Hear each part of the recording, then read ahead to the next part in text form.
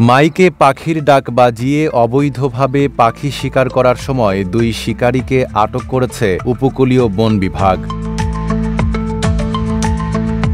জানা গেছে, মাইকে পাখির ডাক বাজিয়ে ডাহুক, বালিহাঁস সহ বিভিন্ন পাখিকে প্রলুব্ধ করে জালের ফাঁদে আটকানোর চেষ্টা করছিলেন 2 ব্যক্তি। খবর পেয়ে বন বিভাগের টিম দ্রুত অভিযান চালিয়ে পাখি সহ সরঞ্জামাদি জব্দ করে। অভিযানে 2টি বালিহাঁস, পাখি ধরার জাল ও সাউন্ড সিস্টেম জব্দ করা হয়।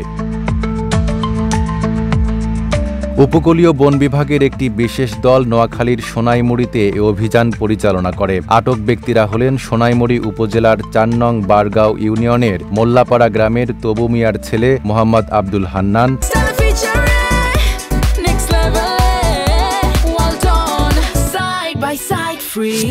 এবং ফয়েজের ছেলে মোহাম্মদ সাকিব। এ ঘটনায় উপজেলা নির্বাহী কর্মকর্তা নাসরিন আক্তার মোবাইল কোর্টের মাধ্যমে বন্যপ্রাণী সংরক্ষণ ও নিরাপত্তা আইন 2012 এর 39 ধারা অনুযায়ী তাদের প্রত্যেককে 15 দিনের বিনাশ্রম কারাদণ্ড দেন। পরে তাদের নোয়াখালী জেলা কারাগারে পাঠানো হয়। নাইম আরাবী, ঢাকা পোস্ট।